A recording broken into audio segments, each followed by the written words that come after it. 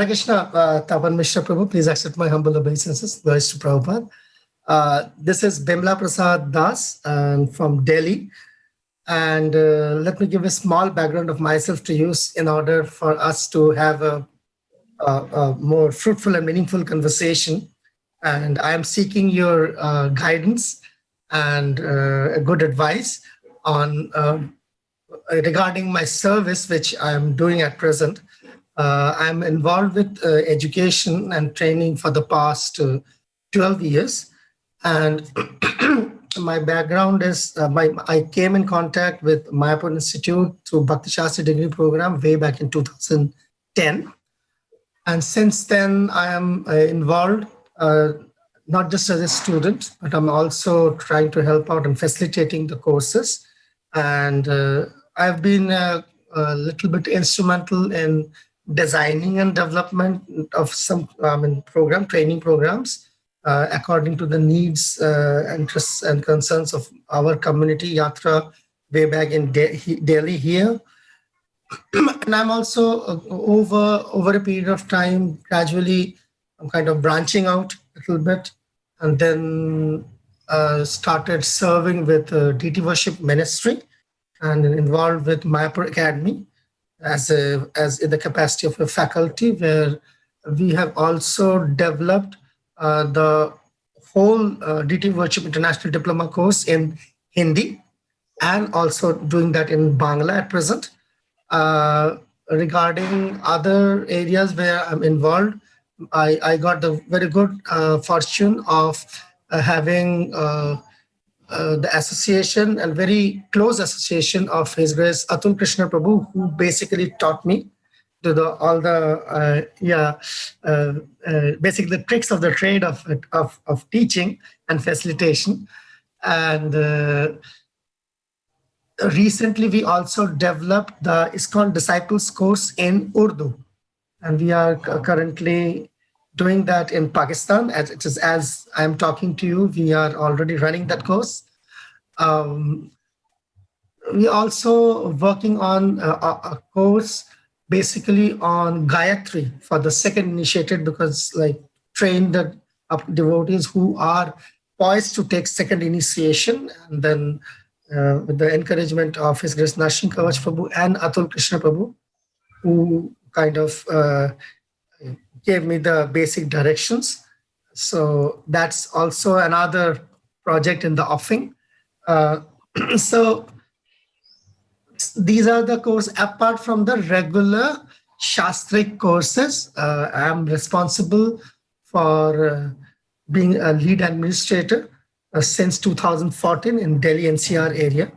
And here and there sometimes, so some programs, it's like recently I was invited in Dibrugarh in Assam. So that was a far off place where they were, but having a very good preaching environment, and the community is coming up. So I went there last December. And apart from one-off programs here and there, my experience, because I started as in most cases, like in Brahmacharya Ashram, we start your foray into youth preaching, and then gradually I developed a congregation preaching program. I worked with the Congregation Development Ministry as well for quite a few years. So this is the background basically I have. I didn't want to take much time of yours, just enough to let you know where I'm coming from. So at present, I'm in this service which I'm doing for as a lead administrator for Bhakti Shastri Bhakti courses in Delhi NCR area. In due course of my service, I'm coming across. Although it's a very blissful service, but with the bliss comes some of the challenges, some emerging challenges, which I am I'm trying to tackle, and where I seek your help and guidance. So this is how would I like to introduce myself. Bimla Prasad Prabhu, I feel very privileged to be in your association, and for the innumerable services that you're performing for Srila Prabhupada's movement. I mean, it's very inspiring. very inspiring that you are able to touch education in so many areas, and you're also developing courses. Prabhu, please first accept my humble obeisances. Vancha kalpatarubhyascha kripa sindhubhyevacha patitanam pavnebhyo vaishnavabhyo namo. I'm your servant today, and if Please there's accept any way I can serve you, and please let me know what are the areas where we could assist you. Thank you, Prabhuji, because I have been knowing you for quite a few years and had the good fortune of you being my teacher for Bhakti Vaibhav. So that was, I remember those days, we cherished those days because then we had this, developed this relationship. And I have quite a lot of trust in you, and being the Education Executive Director for Education Ministry. So I found you be the person who's like approachable for these issues, if I may say that. So there's some of the areas where first, let me start with this. Whom to approach in case we come across some anomalies in the due course of running a Shastri course, say for example, a Shastri course, or even a course like an ISKCON Disciples course, which are like, in terms of their technically they are like from different different institutions, on the part of the same ISKCON, but it's like a different institutions are responsible for these courses. So in case I can give you a little background. I can give you a little background on that. The Shastric education programs that run in ISKCON, they have two elements. One is, or actually three: studying, teaching, and the third is examination. Every devotee is welcome to be a student, and we should be a student of Srila Prabhupada's books every day. Those who take on the service of teaching, they can fall in two categories. One are some devotees like yourself who have gone through a teacher's training certificate program, TTC1, TTC2, and Bhakti Shastri Teacher's Training Certificate, which were designed by VT and other devotees. Atul Krishna Prabhu, who you mentioned, has really spearheaded and expanded that quite a bit. So this, amongst the teachers, there are two categories. The one is those who have these certificates, like your good self. There may be others who don't have these certifications, but they're also engaging in teaching Shastras. Everybody is welcome to teach. We request devotees to take these teaching certificates so that, as you use the word tricks of the trade, I also use the word so that they also understand words of caution of how what not to do with the students, etc. So everybody is encouraged to take those courses as well. But in both these categories, those who have the teaching certificates, they can become part of administering a program for Shastric education. So I'm speaking now only about Shastric education, which has the following 4 degree or diplomas that Srila Prabhupada wanted to institute in ISKCON. Those 4 diplomas are Bhakti Shastri, Bhakti Vaibhav, Bhakti Vedanta, and Bhakti Sarvabhauma, progressively one after the other, increasing in intensity, increasing in depth, and also covering different books progressively. Bhagavad Gita, Bhagavatam, Chaitanya Charitamrita. That's with respect to the diploma and the teachers. Now, whenever we have a diploma, there must be a body, there must be a board or someone who is going to administer and award that diploma or certifications. So that's where it comes. The third aspect is the examiners or the examination. Within ISKCON and according to our GBC body, examinations is the responsibility of a board, which some of us know, not many may be familiar, but it's called ISKCON Board of Examinations.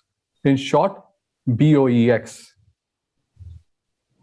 The Board of Examinations has several experienced, accomplished educators and devotees who take the responsibility of setting up examination on these various books for these various levels. So this Board of Examination is part of the Ministry of Education that I'm serving.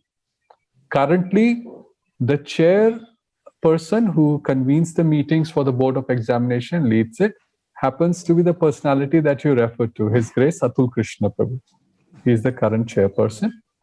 And for correspondence and for reaching out, for applications, etc., it's His Grace Bhaktarupa Prabhu, who is the secretary for the board. So that's the whole system, the Board of Examination for Shastric education. It's part of the Ministry of Education. On the second topic that you touched upon, Prabhu, the IDC, ISKCON Disciples Course, it was convened under the Guru Services Committee. And the Guru Services Committee has some senior ISKCON members who are part of the committee. From memory, I know Prahlad Nanda Maharaj, His Holiness Bhakti Chaitanya Maharaj, Anuttama Prabhu, and other very experienced devotees. Atul Krishna Prabhu is also part of it. And they convened this, constituted this course, they brought it together. So if you have any concerns or any comments or feedback, then it can be referred to the Guru Services Committee. You could refer it to Atul Krishna Prabhu, you could refer it to Prahlad Nanda Maharaj or the Guru Services Committee. And that's where these two courses fall. And then there is, of course, you also refer to the courses related to Archana, the deity worship. That is Mayapur Academy, which is part of the deity worship ministry headed by His Grace Narsimha Kavacha Prabhu. So currently, if you do a general overview, these are the three areas where devotees are taking certification. There's another one, devotee care, which is coming up. So, but these are the three, and these are the three different personalities who are responsible, or committees which are undertaking it. So that's in terms of the structure. Yeah. Thank you very much, Prabhuji, for clarifying the structure for our benefit. Because this is an area where people, it's a fact that not many devotees, even devotees, are aware of. Generally, the perception is the Bhakti Shastri is a program which is basically organized by different institutes, and those institutes are responsible for providing the certificates, which in fact is not the case, as you said, but this is a board instead, which is like a more centralized kind of thing and responsible for overall standards of the Shastri courses. There are some nuances here, some minor points to be mentioned. The institutes, they play a very important role, very, very important role, and we are eternally grateful. We're very grateful to the Vrindavan Institute of Higher Education, to Bhaktivedanta College, Radha Desh, then early 2000 Mayapur Institute. When you talk about an institute, Prabhu, you have to look at it from two angles. Most of these institutes are first they should be an authorized examination center.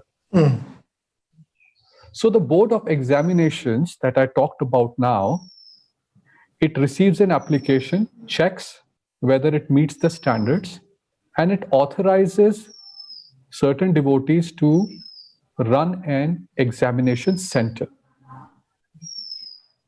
where ideally anybody can come and appear for the examination.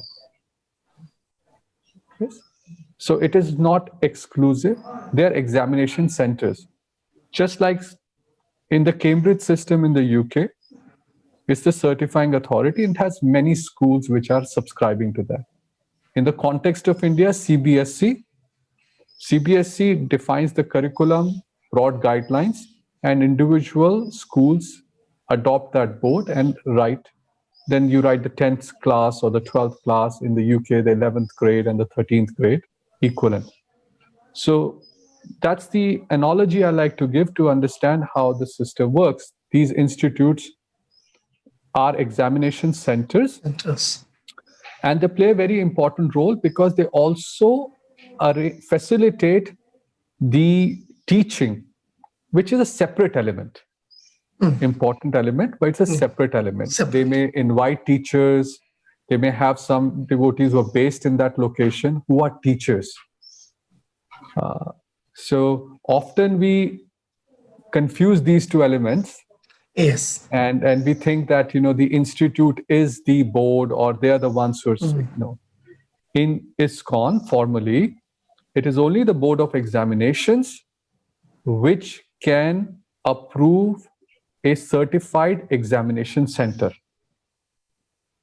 And as much as they can approve, if they feel that something is missing, they can also withdraw the status of a certain group of devotees or a temple who's been given. If they find anomalies, they could also ask them to rectify it, correct it, or pause the status of an examination center if they find that they're not following it properly. Thank you, Prabhuji. Yeah, that was the point I was trying to bring out, so that many people might not be aware of these nuances, basically. So that brings me to the next question. Can I share one more interesting fact? Please, go ahead. That currently, as per our records, there are more than 64 approved examination centers around the world. Oh, yes. This is massive. There is, whether you take South America, North America, Europe, Africa, Sub-Saharan Africa, Asia, actually there are more than 64. Often devotees know only few, but there are handful. But what the ministry is trying and the board is trying, ministry wants to encourage. Our dream is that every temple of ISKCON should become a educational center and examination center. That's what we like to do. That's a long shot. Yes, but it's a worthwhile shot because that's what Srila Prabhupada wanted. Srila Prabhupada wanted that every temple should be an educational center. Okay, so then that brings something which is very vital if that's what we are aiming for. So just like in due course of my service, I've figured out there might be some teething problems to that. For example, let me bring out the issue of fee structure. So for example, different temples who couple as examination centers may have their own fee structure. So, however, as I figured out, there is no set directives about like what should be the fee structure or our approach towards education and its relationship with donation and fees. We understand that during the Vedic times, in our Vaishnava culture as well, the system of dakshina is prevalent. The students, they express their gratitude towards the teachers by giving something from within their heart as donation. That's a very nice model. That's a very nice model for us to follow. However, we see that it's not exactly the same model which is like prevalent in most of the cases, and we do understand that education also involves some, like it incurs some costs. So where do we draw the line? What can be some of the guiding principles for the emerging education, education examination centers, education institutions? Kindly shed some light on that. Yes, Prabhu, there is a desire, there's a dream, there's a wish, and there is reality. Now, again, based upon what I talked about earlier, when I distinguish these two elements, let's say we take a particular institute, it has to perform two services. Functions. One is the examination, and second is the teaching for the examination. The first fact that I like to share with you is, from the ministry point of view and for the board of examination point of view, we only charge $1. We charge only $1 for any degree. That's very nominal. That's very nominal. So when you get a Bhakti Shastri certificate for board of examination, which is for the exam that you're writing, we are only charging $1, which is also notional to make sure that there's a process. It's registered. And we do, the board of examination do have to go through the whole thing about, printing it, authorizing, managing the whole thing. Maintaining the database. Correct. The principle that we request, if somebody asks us, or if now new applications are coming, or if somebody raises such a situation, our request to individual examination centers is, please keep it as reasonable as you can, so that maximum number of devotees can participate. You highlighted a very nice principle. Education traditionally, or the way Srila Prabhupada, it wasn't meant for generating funds. It is not. Education is not for generating funds. It's for educating devotees. What do we want? We want that everybody should read Prabhupada's books every day. They naturally read Bhagavad Gita from beginning to end. And then the natural step is they want to test their understanding, for which they can take an examination in any center. If the temple where they're residing, they have a center, that's the best. Or there should be something nearby. The system should be in such a way that becomes easy for devotees to naturally go through books, test their understanding, feel encouraged, and read again and again. So in terms of principles, those are our principles. Second aspect is, you mentioned that institutes, now, yes, there could be cases where institutes are charging. There also, we request institutes to be responsible, act responsibly, and keep the fee structure to as reasonable as you can, because it will just allow so many more devotees to participate. I'm aware that some institutes may also offer financial aid or relief if they have certain fees that may be available in some places. At least I've heard it in principle. So that's how the system should be. Because if we make it too high, too much, then devotees may not feel encouraged to give examinations. And examinations is just a way, as Prabhupada said, that Srila Prabhupada wanted to make sure that his disciples and the followers in ISKCON are reading his books in a scrutinizing way. Just to ensure that. Yes. So therefore, Srila Prabhupada wanted this. And this is like an encouragement from the institution. That yes, we recognize that you have gone through it systematically, and now you can be a Bhakti Shastri. One more element, if I may ask, Prabhu, this program is not meant to be just an academic program. Srila Prabhupada made it very clear. It's not that we just learn the book and memorize and give answers. No. It must be accompanied with good sadhana. It must be accompanied with following the regulative principles, chanting the holy name.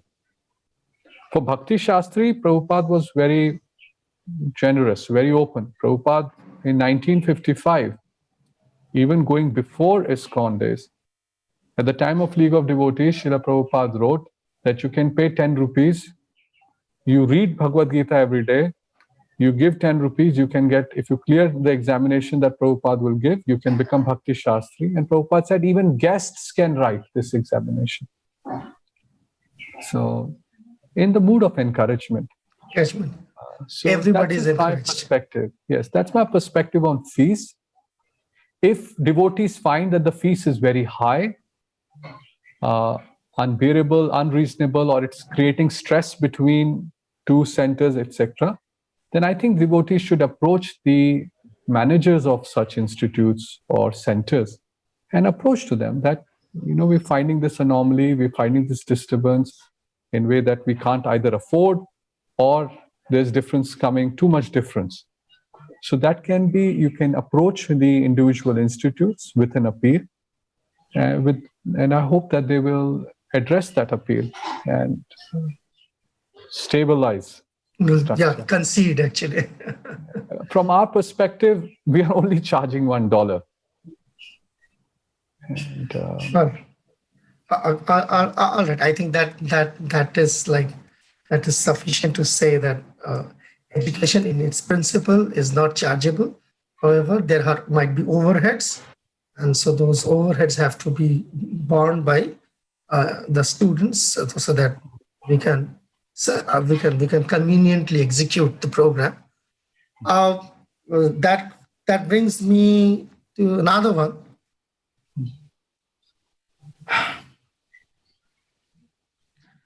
We see this effort as part of the education ministry, also your effort to diversify education, trying to bring in more and more educators into our fold, and trying to basically develop education as a viable stream in ISKCON. So as part of that, online courses are, and in the given context of this COVID-19, so there have been a sprint in online courses because of the situation, and we're taking advantage of it. However, as we understand, this phenomena is new to us. Many centers are getting accustomed now with the online courses and online programs. Are there certain directions so far online Shastric programs are concerned with respect to how many students can take part as part of a one classroom? How many minimum number of hours should that be given? What are the ways? What can be the facilitation methods deployed, or so that we can kind of in a way predict the outcome, basically. So Prabhu, in terms of online programs, everything online has its good, bad, and ugly. It can be used properly, it can be misused also. In terms of guidelines, the Board of Examinations does stipulate a specific guideline that if you're conducting a Bhakti Shastri session, teaching a Bhakti Shastri session, this is a certain number of maximum students in the classroom. If you're doing Bhakti Vaibhav, a certain number of students. That is stipulated to ensure that the education given in the classroom has an impact. And there's enough interaction, and there's a process of interaction is efficient. If there are too many students, naturally, as you will see happens is the teacher cannot give attention to everyone. That's just in the classroom. Now this situation gets accentuated a little bit more because in the online environment, It's all virtual. How many people can you see on a screen? How many can you keep attention with? So although we don't have specific guideline for online, but we have a general guideline. General guideline is the teachers who are teaching must take the responsibility that they take on only as many students to whom they can actually impart the Bhakti Shastra knowledge. If you take more, then it becomes like a class. Academic exercise. It becomes an academic exercise, or it just becomes that we're just speaking and the interaction may be limited. So the general principle, I would say every responsible teacher needs to exercise on their own. Whether it is principles regarding teaching, it's principles regarding covering the complete curriculum, which is essential. Whether it's principle regarding how you conduct the assessment and examination. We are dealing with devotees, and we expect them to be truthful, honest. We expect them to be responsible, because at the end, we are all accountable to Srila Prabhupada. If we water down things, we may have many, many certifications, but then what will be the outcome? We don't want that kind of a situation. It's a good thought that you have brought, Prabhu. Perhaps we can try and see if we can address it in the coming months. I have to be honest, we don't have an expertise in this field of online education and how to conduct it. Much research needs to be undertaken, etc., to find out what is the right way. We understand this is an emerging. But still I feel this is not rocket science. Teachers or administrators, those who are conducting these programs, must responsibly themselves can draw some from these principles and make some parameters so that the system works, and it's not just for the sake of getting as many students as possible, or getting then sometimes also as much fees as possible. Those are misplaced ideas, and not correct way to handle things. Thank you, Prabhu. You actually amply addressed my concerns, because these are some of the concerns, and these are emerging as we delve more into online education. These are propping up. When we started them, we didn't factor them in, but now as we progress, we see certain areas. These are emerging challenges, and I personally feel as an educator that if these are not addressed in the beginning, or if I may use the term nipped in the bud, so they have the potential to subvert the very purpose of online education, which is basically delivering the mood and mission of Srila Prabhupada. So absolutely. One thing is for clear, anything that we do in person becomes a little bit more difficult online. Therefore, much more care has to be taken, much more attention has to be paid. Thank you, Prabhuji. On the notion of caution and attention, I also want to mention that when we see many courses coming up, many devotees wanting to conduct programs, as much as it is the responsibility of the teachers and administrators to ensure that they have proper certifications, the teachers are qualified, I think it would also be good if the students, those who are enrolling for these programs, also do their necessary diligence. Not that we doubt anybody of their intent, but there is no harm in asking a simple question, which is that Prabhu, Mataji, or Maharaj, whoever is conducting that, during this process, through this process, is there an authorized examination center where we'll be able to write if they're teaching Bhakti Shastri or Bhakti Vaibhav? Those are things that students should evaluate, do their own diligence in a nice Vaishnava-like way, so that they don't find themselves in a situation where the person who's teaching is not authorized. Then it can create more trouble more disappointment, good. frustration, and then devotees start blaming the ISKCON and so many other things. So I think it's good you brought up the point. So my point is that students must also apply that judgment. And if Yeah. you come across students, you can mention the same to them. Yeah, are there some resources where students can get a clear picture, basically, like what they need to know? It's like, say for example, the Board of Examinations, if they have got a website or something, a document which is put out on the internet, everybody to view that this is what like the Board of Examinations is all about. This is what we do. Because generally the the Shastri programs which are advertised, the general perception, as you already mentioned, that is that the respective institutes are responsible to, they are like independent in conducting these programs. So then generally the perception is that, okay, it's about which institute you get in, because they don't generally know that the evaluation is uniform.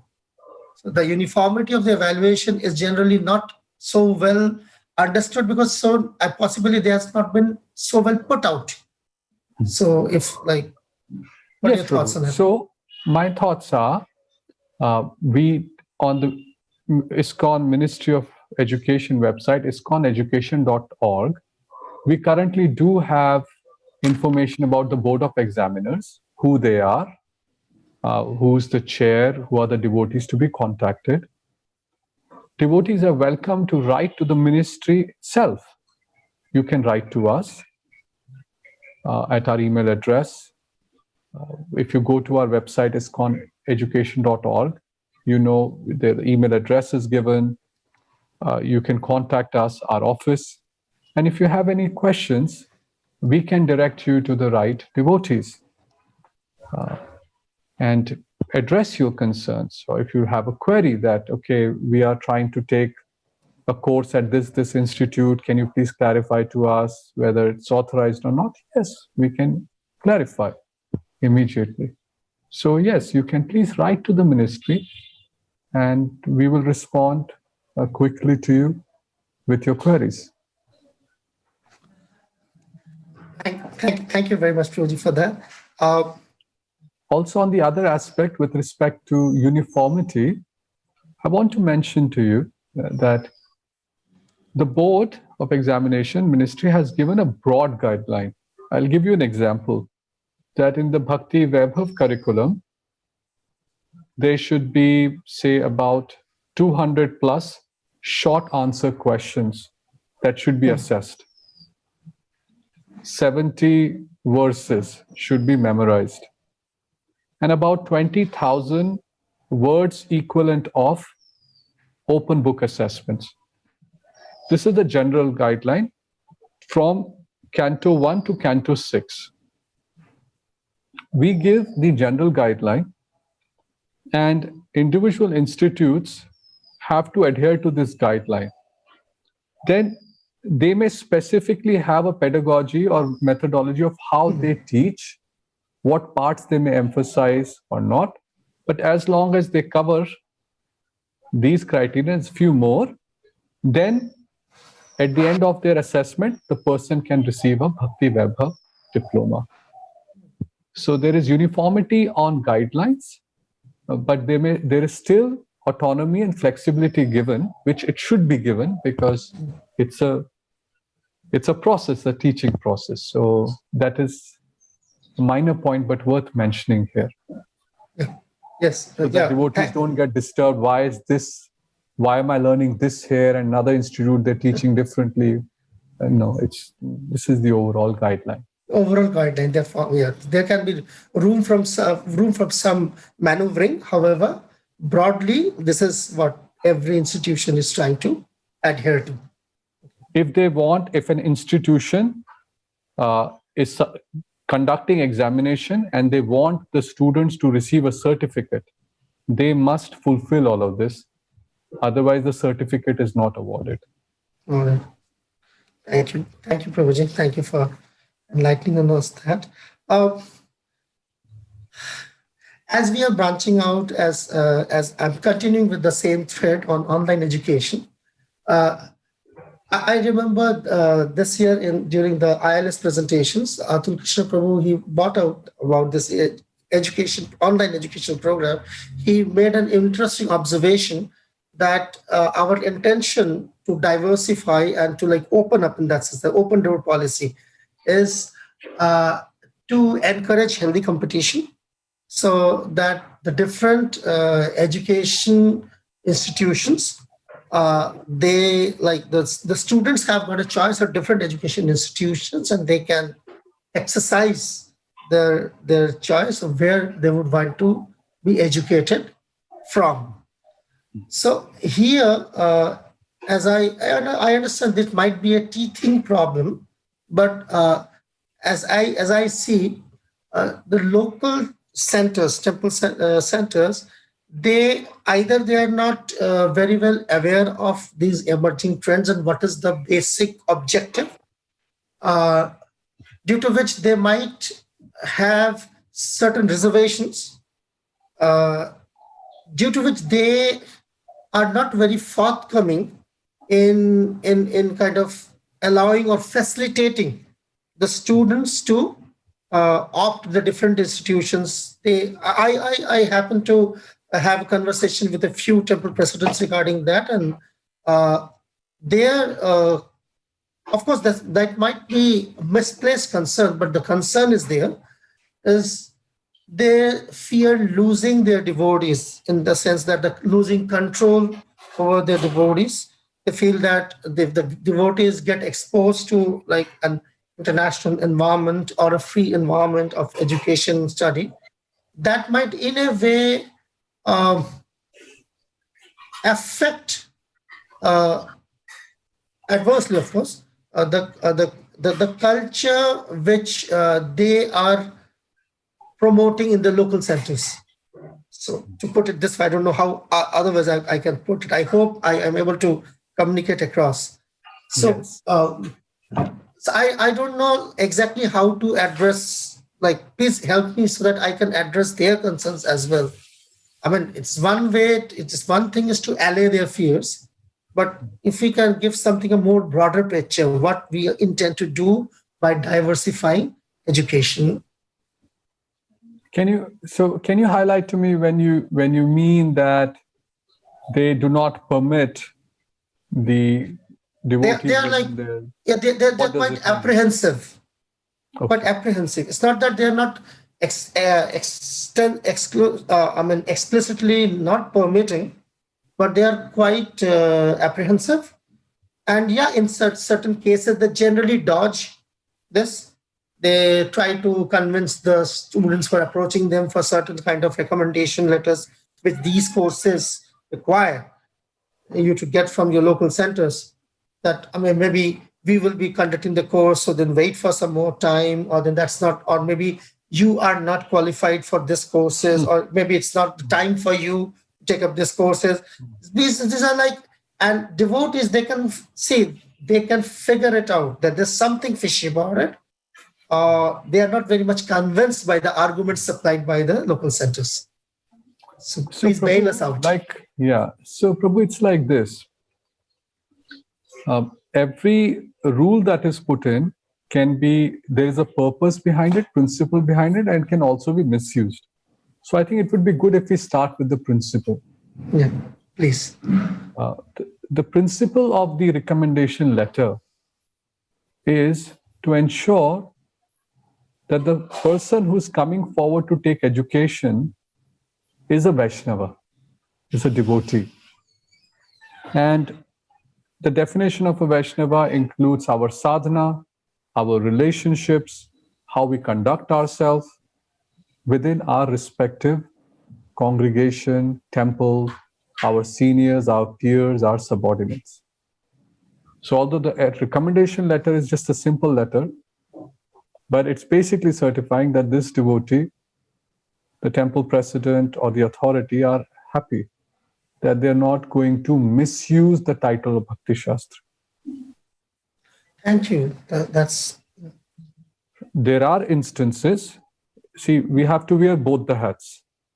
if you wear the hat of temple presidents and managers, there are also instances where they've even gone ahead and made comments to the extent that, do you really want to give this kind of a title where the devotees come back from these courses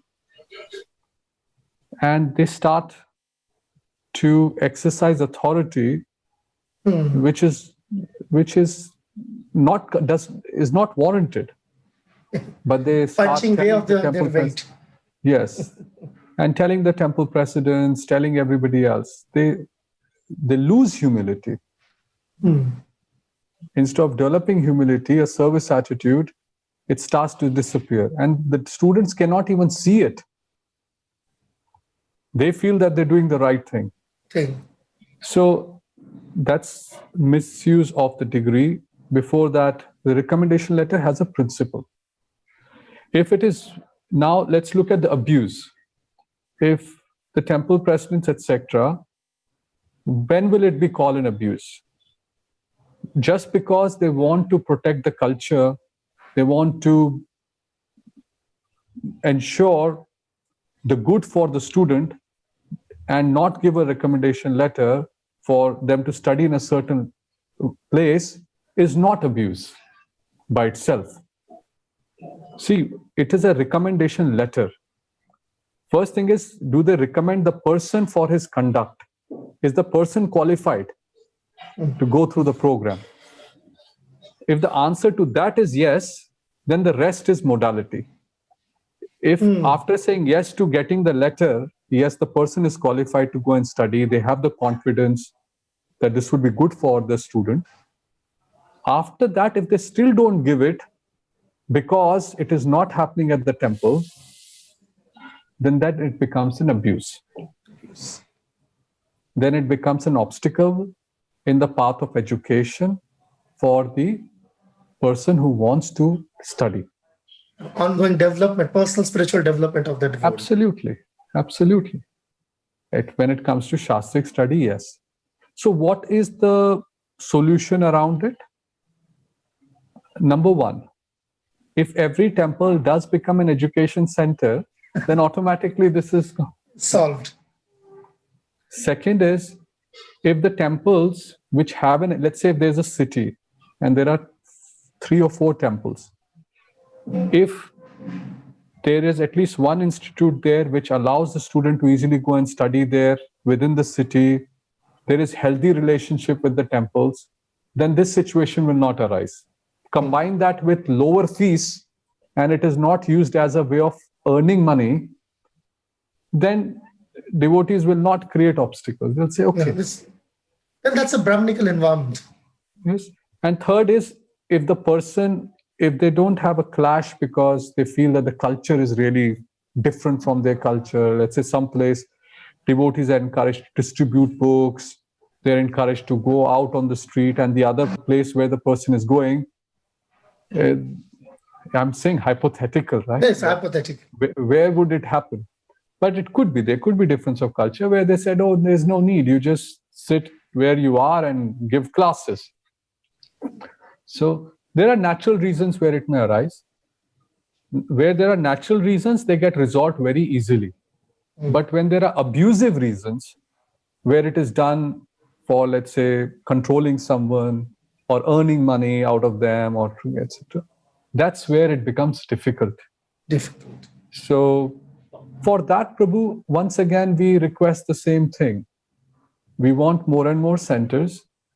And whenever we're awarding centers, we also encourage them, please have an open attitude, have an open mood. You are a center for education. So do whatever is necessary to educate as many students as possible. Thank you, Prabhuji. I think that would go a long way in resolving these. Basically, these are teething problems. And after all, at the end of the day, we are dealing with devotees. They are not demons. They might have a misplaced notion about something which is emerging. So yes. We understand that.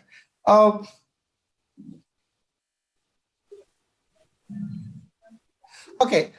Some devotees, in due course of my interaction in education, of course, not many, but some, they're aware, they somehow they got to know about the GBC college.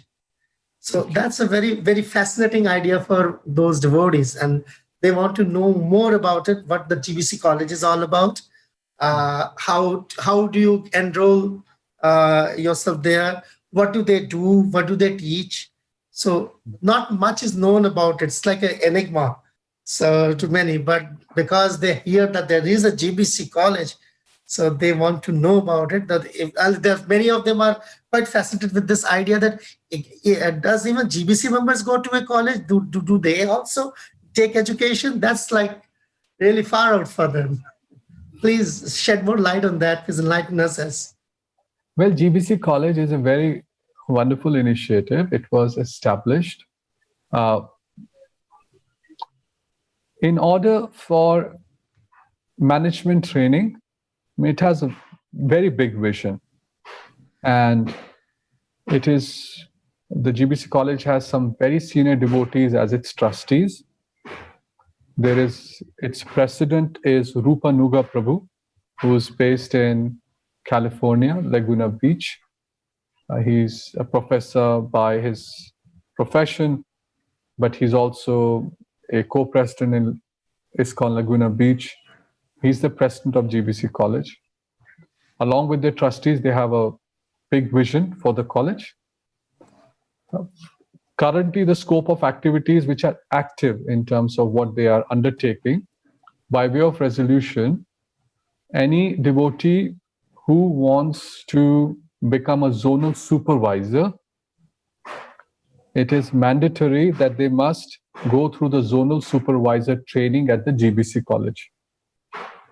So zonal supervisor typically would oversee a few temples or centers and reports to the GBC zonal secretary.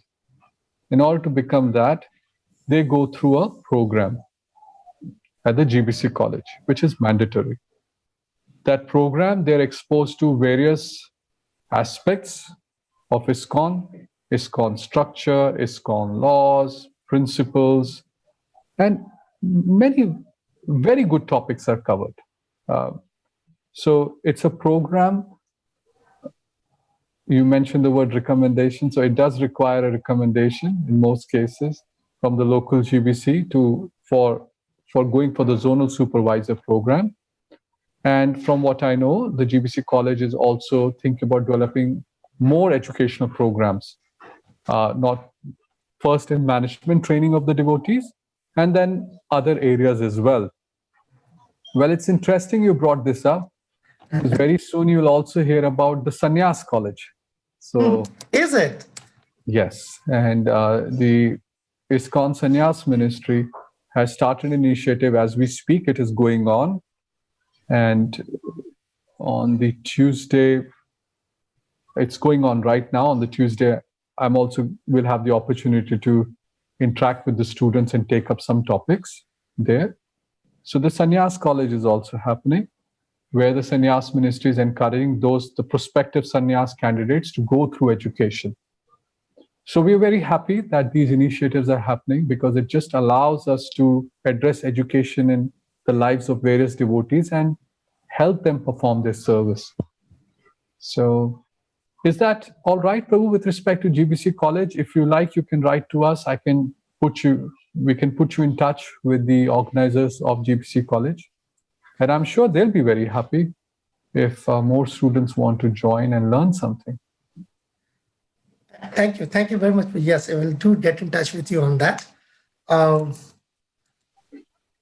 Let me see. I think I am done with my set of questions. So if you kindly give us some closing remarks on what is the vision of education, and how do we see education in ISKCON next 10 years down the line? That would be very enlightening for us. Well, it's a big question, Prabhu. I don't know whether I'm able to answer such a big question, but let me give it a shot. In the Ministry of Education, I can speak at least in education ministry, what is it that we want to bring everybody's attention to? Mhm. Education happens in all spheres of life and in all forms and shape. There's GBC College, there's Sannyas College, there is some ISKCON schools, there are some Sunday schools, there is Shastric education programs, and there'll be many other areas where education will come up. In these different programs that we've talked about, there is an underlying thread. And that underlying thread is reading Prabhupada's books. I see. So the principle that we are trying to promote in the ministry is the following. If we can somehow or the other encourage everybody to read Prabhupada's books, then depending upon their personality, their service, they will create education in their sphere of service which is aligned to the foundation of Prabhupada's books. Example, if the teachers who teach in ISKCON schools, if they are themselves reading Prabhupada's books every day, then along with their teaching, the rest of the things that they're doing, automatically the teaching will manifest what overflows from their heart in terms of bhakti and Prabhupada's instructions. So instead of us tailor making things for different environments, we feel with our limited resources, we must just point everybody's attention on the foundational process of reading every day. So whether then you are a Sunday school teacher, you are a teacher in the school, or you are going to teach in Sannyas College, or you are a student, you will see the educational process will flourish like anything if everybody focuses, including our leaders. So our vision is, going back to the beginning of our conversation, if we can encourage devotees to read every day, then the natural process of reading will be, it will manifest in different areas of education. Even householders, what we teach our children at home, it will come from Prabhupada's books. It will manifest. And out of that, some devotees will be inspired to test their understanding of Prabhupada's books, for which they can write the Shastric examinations, which we like to encourage everybody to undertake. It should be done in an encouraging way. Even if you fail the first time, no problem. You read again, come back and attempt. No one fails. No one fails in bhakti. Fails, yes. Because you may not get the adequate number of questions right in the first instance, but that's all right.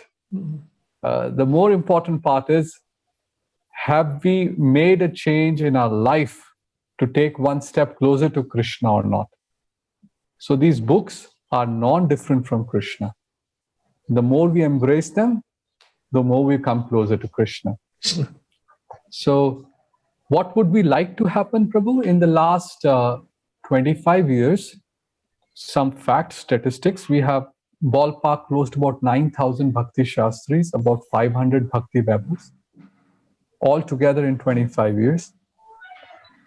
We would like that in the next 5 years, we have another 10.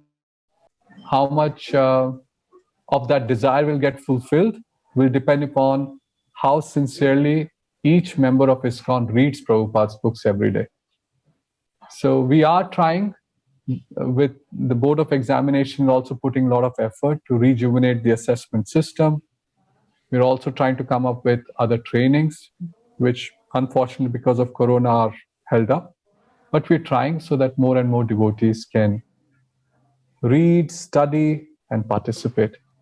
So that's our vision. Please pray for us that we can help each other in encouraging everybody to take shelter of Srila Prabhupada's divine purports. Jai. Thank you very much, Tapan Mishra Prabhu, for this encouraging and enlightening conversation. I believe This is personally going to help me a lot in my service, in improving the standard of my quality of my service. And I'm sure with this interaction going out and other devotees accessing this, they would also get a clearer picture of what education ministry is doing, is contributing, and what is the general vision of ISKCON leadership regarding education for all the ISKCON members. Thank you so very much, Prabhuji. We want to communicate to devotees as much as we can. We want to address the concerns of devotees as much as we can. I'm grateful that you reached out to us. And if there are any other concerns that devotees have, I request them and urge them that please do write to us, and we'll try our best to be responsive. We have to admit we are working with limited resources and bandwidth, but we'll try our best to serve you.